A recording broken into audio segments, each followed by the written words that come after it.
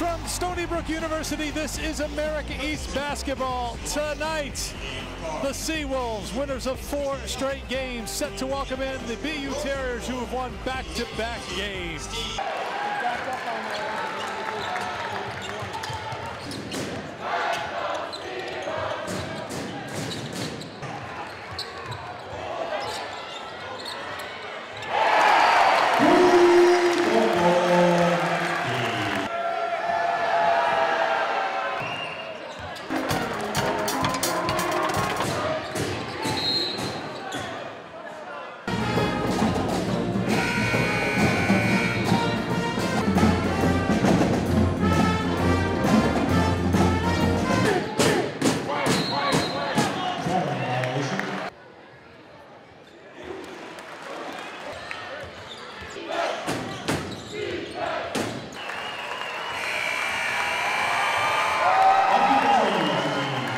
So long from Stony Brook.